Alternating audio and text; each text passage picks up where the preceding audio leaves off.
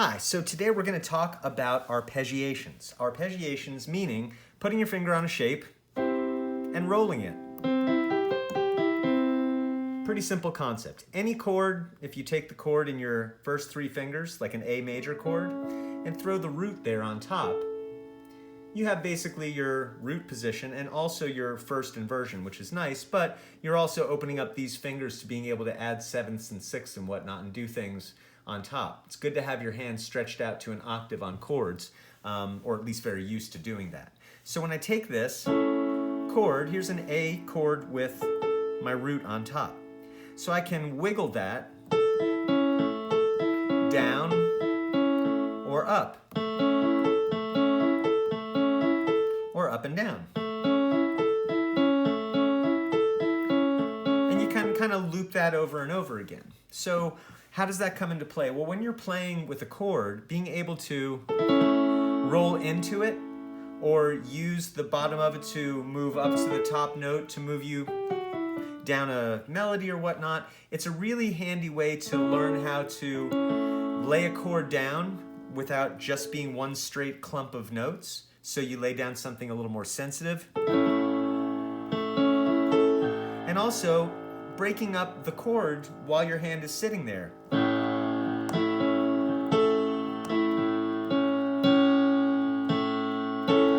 I haven't chosen any other notes, I'm just using different combinations of these notes. So the arpeggio,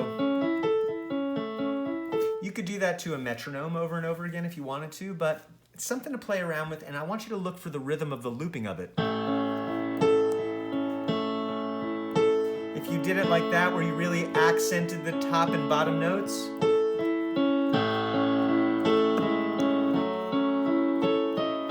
so it also can be handy to take this top note, I was saying before, to add sevenths. You can go back and forth with your pinky between the 1 and the minor 7.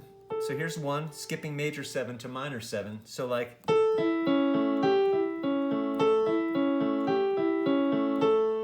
works in a lot of keys.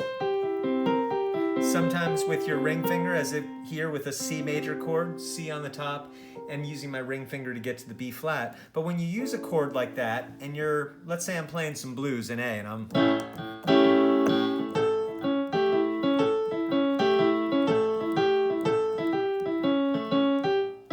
breaking that pattern up a little bit, but the basic idea of it is the same, that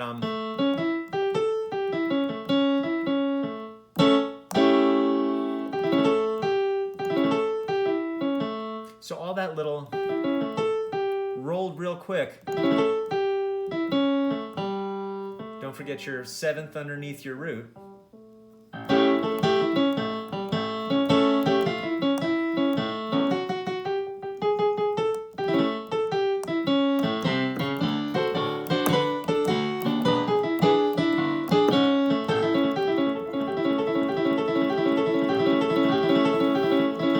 So all that kind of stuff, you can build up the strength, the speed, do it slow, feel the rhythm looping, but anytime you grab a chord, roll those notes. Listen to the notes you're playing. Your major third, in this case, in the middle, your 5, your 1. Assign them the numbers so that your ear knows, your minor 7.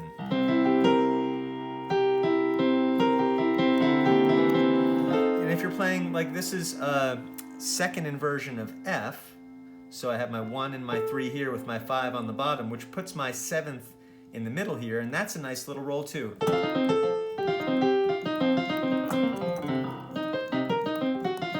So you can run into all blues patterns and whatnot, but rolling a chord can easily roll you down. Like here's a C minor 7, I'm putting my root on top.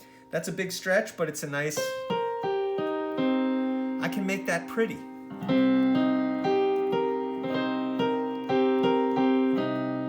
I can bring my 2 in here.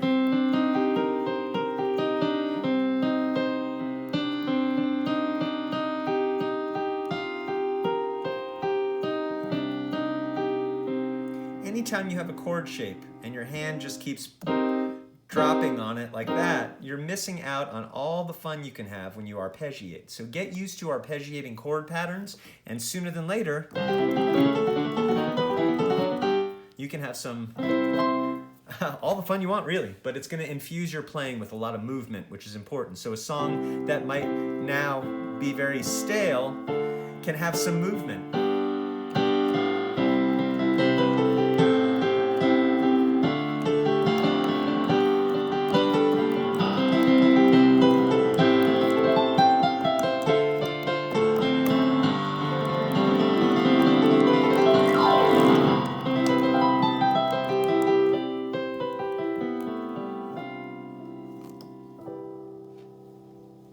Good times.